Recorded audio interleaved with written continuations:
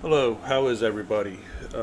Today, there's a couple different things that I want to talk about, and I'm going to try to break them up into different recordings and try not to ramble on too much or get confused with, with them and combine them. Try and do them each individually. The first one I want to talk about is reading. When I was a kid, I remember having some books as a kid, like a young kid. There was a couple of the Hardy Boys books that I remember having, and there was a book with a mouse on the cover. It was a little children's book, a mouse, not Mickey Mouse, but some other mouse. I still have it somewhere. I think it might be in with storage in Puerto Rico, but I remember having those books, and as I got older, I don't remember reading any other books, and especially like getting into like middle school and high school. The only time I read is when I really had to, if there was like a book report that I had to do, or if I had to read something for class. That's the only time I really remember ever reading anything, as far as story wise. I know in middle school, I want to say it was like seventh grade. I had to do a book report, and I picked one of the books that I read as a child, and I still had it. I don't remember which one it was, if it was the Hardy Boys book or not, but I didn't really remember what the book was about too much because it's been a few years since I had read it at the time. And so what I did was I pretty much paraphrased the whole back cover of the book and handed it in as a book report and got a good grade on it. It's probably not the best thing to do or anything like that, but in high school, I remember my senior year in English class, we were supposed to read like Hamlet or something, and the teacher would tell us to read pages such and such for homework. And the next day, when we'd come in, she would read those pages. And she might call on one of the kids in the class to read a paragraph or two. But for the most part, she would read the pages we were supposed to. And then she would read a few more pages as well, time permitting, and then give us a homework assignment of reading additional pages. And then when we come in the next day, it'd be the same thing. She might call on somebody to read a paragraph, and then she would read everything else that we were supposed to read the night before. So since she was reading it, I never bothered to read it, and it's odd because that's pretty much all we did that like senior year. And the fourth marking period, I actually got an F in that class, and I didn't understand why because I didn't remember taking any quizzes or any tests, unless it was when I was actually sleeping because I literally slept through high school. Um, so maybe that's why I was asleep when she handed out the tests. But even in my other classes, I slept through them, and the teachers didn't mind because I was so quiet. When I was awake, I was quiet. I never talked to anybody. I just kept to myself, and I was never a problem. I had all my work done. All my homework was always handed in on time. Any assignments were handed in on time, and I got all A's and B's. Not saying that I'm a genius and I didn't need to be awake. They were just basic classes that I took, that I needed to take, and I never really pushed myself. Never had anybody pushing me to push myself either. But going back to the whole reading thing, even outside of high school, once I graduated, I really never read any stories. I never read any books, and I would read news articles. I would spend the afternoon when I had my personal training studio in between clients, just reading news articles online, anything that was like interesting, whether it was political or maybe an article about fitness or something, or just something that's going on in locally or even nationally. Um, but I would still never read any books. I would never read any stories. There was a couple books I was like, oh, maybe that would be neat to read, if I heard somebody talking about it. But I would always just, I'd wait for the movie. I would watch the movie. And in 2015, I spent 3.5 months up at my father's farm in the mountains in Puerto Rico. and it's a nice view up in the mountains, but you can only stare at the banana and coffee trees for so long, and then it just gets really boring. And there's nothing else much to do there if you don't have a car, and unless you want to walk a few miles to get somewhere, and even then, you're still up in the mountains. So there's nothing to do.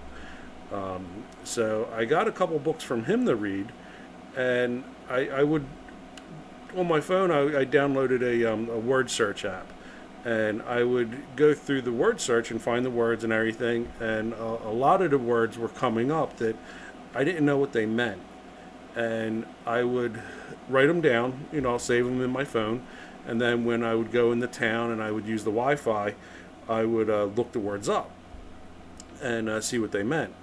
But as I started reading the books that even he gave me, there was one like real weird Christian book, about a Christian family where the girl found God and all. And it was really a strange book. Like the first few few chapters of it was really like borderlining, like pedophilia, and it was really creeping me out, But I did finish the book, and it got I don't want to say better because it was still creepy and weird, but it was a religious book. What do you expect? But I ended up reading the Bible, and because it was, again, nothing else to read, so I went through and read Revelations, and then I read the New Testament, and then I started from the beginning. You should probably start from the beginning first instead of going back and forth, but started reading the Old Testament and got up to Kings and everything, and by that time I had gotten bored with it, and because all the stories in each book were the same, just different characters. But I ended up going back into town, and I had more stuff to do when I was in town, so I didn't really read that much anymore. But a friend of mine had sent me some books while I was at my father's house also, and a couple of John Grisham books, and I forget the one author's name. It was a really good book called The Runner, and I read it twice, and I actually want to get a copy of it because I left it in Puerto Rico when I moved back to the States, and I would like to have a copy of it again. But that one, there was a John Grisham one, Playing for Pizza, which was really good.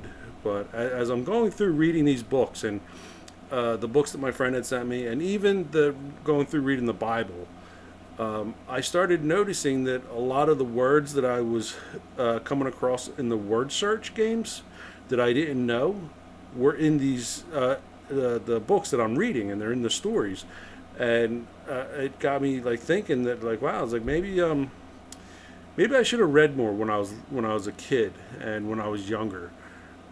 If I would have read more, I'd be more aware of these words, and I'd have a much better vocabulary and a better understanding of sentence structure. Especially now that I write, and whether it's poetry that I'm writing or if it's a short story that I'm writing, my grammar would be much better. Again, my sentence structure would be much better, and the vocabulary, the choice of words that I could use would be greater. I tend to go through Google and will search for words like, okay, what's another word for this, or what's another phrase for this? How can I change it instead of repeating it the same thing over and over again? And even like some of the stuff that I've picked up in other books or whatever since I've read since then, where I get like more ideas on how to use words or structure different things. But if I would have read more when I was younger, I think I would be better off. I would definitely be better off. And I had this conversation recently with one of the guys that I used to work with when I worked at the Jaguar Land Rover dealership in Westchester. And I was one of the techs there. He was a young kid. He's like 21, 22 maybe. We had a conversation about reading, and because I forget what started the conversation, but he was saying how he doesn't read, and he doesn't care, he doesn't need to. And I explained to him how when I was younger I never read either, and then like there's a lot of words that I've come across recently that whether it was in a book or conversation with somebody or in the word search game on my phone. But a lot of words that I don't know what they mean, or I didn't know what they meant at the time. And so it's like I'm trying to give him advice, and it's like, look, it's like, learn from my mistakes, basically. You know, read, find something that's interesting, and read. Build an imagination and build a vocabulary. You'd be much better off as you get older. And now that I'm 40, I there's stories that I want to read, and even books that I want to reread that I've read in the last few years. Being in Puerto Rico or when I moved back to the States, I would like to reread again, but I try to push it off, and I know I shouldn't. Even though I'm saying that I should read more, and but I don't want to have somebody else's ideas in my head now that I write, and especially now that I'm starting to write short stories. I don't want to pick up my pen, and when I start to write, it ends up being another story or an idea that I've gotten from a book. I'd rather have my own ideas and my own stories, but I still would like to read more, and I'm actually making a list of books that I want to get. Just listening to other people about books that they've read. You know, I don't want to get books that I've seen the movie of already, just because I already know what happens. If I've seen the movie, I want to get something that I don't know what's going to happen. This way I can read it and picture it in my head and follow along and enjoy it. But I am starting to make a list and of books that I would like to get and books that I would like to read. But basically, what I want to try and get across in this conversation is read. Read as much as you can. Build your vocabulary. Learn different words. Learn sentence structure. You can only learn so much in school with the teachers in your English class and everything. If you're an English major or literature major, you'll learn a lot more than just the basic classes that I had when I was in middle school and high school. But just everybody should read.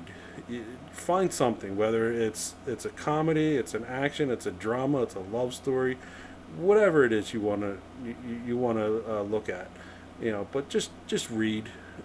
Build your imagination and just build your knowledge. Knowledge is great. Knowledge is power. To use a how would I describe that? Cliche or whatever. Anyway, you get the point. I'm going to start mumbling on and just rambling, so I'm going to end this conversation now. But the point I want to get across is read. Just read as much as you can. And read my stories. You'll enjoy them.